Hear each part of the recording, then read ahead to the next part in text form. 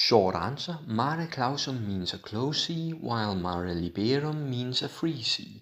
Mare Clausum historically has meant a sea under the control of a state, while Mare Liberum meant a sea that could be passed by all. The modern equivalents are territorial seas and the high seas. The term Mare Clausum is the older term, although with a very different meaning, as when the Romans gained control of the entire Mediterranean coast and called it Mare Nostrum, our sea, they coined the term Mare Clausum for the months from November to March, that is the winter season, when sailing was limited or closed by bad weather. Mare Liberum was coined later in the age of discovery and the age of sail, with the meaning of a sea free for all. This was in response to the claim of Mare Clausum in the modern meaning by the Iberian states of Portugal and Spain, who divided the world ocean between them and gained papal support. This was done in two treaties, the Treaty of Alcacovas in 1479 and the Treaty of Tordesillas in 1494. The first granted Portugal Mare Clausum rights to the Atlantic south of the Canaries, while the second outright divided the world and oceans outside Europe between Portugal and Spain. Incidentally, one might surmise that Spain tried to reach East Asia by going west under Columbus because they had surrendered their right to go south to Portugal by treaty in 1479.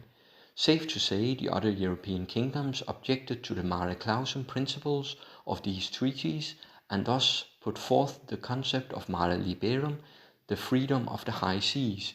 This really could be said to be the original idea of the sea, as only straits and waters close to land could really be controlled, but it needed a term for the new situation that arose with the age of discovery. The Italian naval city-states had in the past claimed rights to the Mediterranean trade, but it was the new long-haul shipping of the age of sail which created a situation where control of routes and seas became paramount.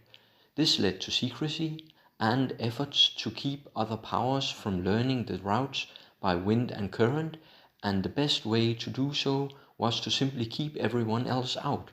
It went so far as for the Spanish to view the entire Pacific as a Mare Clausum, with attempts to block other naval powers to pass the Magellan Strait. The Portuguese, too, made attempts to deny other European naval powers access to the Indian Ocean, but the Cape of Good Hope could not be as easily controlled as the Magellan Strait. But Portuguese aggression might also be a reason for the Dutch to develop the Brewer route, to simply pass around Portuguese-dominated areas and go directly to Indonesia to reach India from the opposite side. Iberian naval power and the delineation of their treaties to divide the seas between them can also be viewed as a backdrop for the focus on North American colonization by other European kingdoms like Britain and France, as this continent fell outside the Iberian sphere of influence. It would in the end prove futile for the Iberian kingdoms to maintain their monopolies, as the Portuguese would meet competition on the Asian trade and the Spanish treasure fleets would fall victim to state-sponsored piracy, sparking the galleon arms race. The British privateer Francis Drake would break the Spanish Mare Clausum of the Pacific by going around the Cape Horn during his circumnavigation of the Earth 1577-80, where he plundered many Spanish ships and settlements. Thus the Iberian Mare Clausum policy proved impossible to uphold.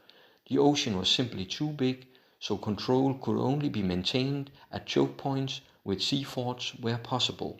This did not mean that other European naval kingdoms were completely against the concept of Mare Clausum. England, for one, defended a Mare Clausum policy on British waters. It was simply a smaller, more defensible Mare Clausum policy.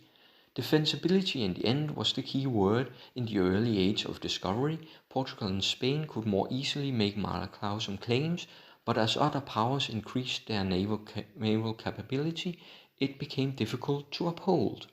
What was more easily defensible were colonial trade monopolies like Britain had with its American colonies, and even internal monopolies where a king would grant rights on foreign trades to specific regions to individual companies like the various East India companies.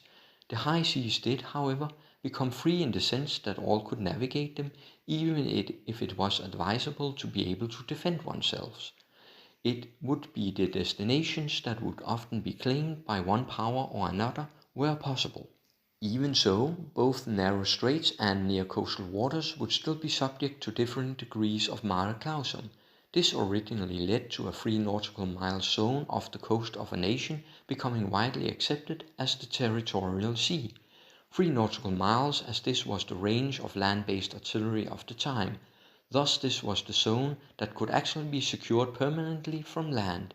The territorial sea would later be extended to the 12 nautical miles of today, with a contiguous zone that can stretch to 24 miles. However, nothing is settled between Mare Clausum and Mare Liberum, as the 1982 United Nations Convention on the Law of the Sea also enshrined 200 nautical miles of exclusive economic zones off the territorial waters.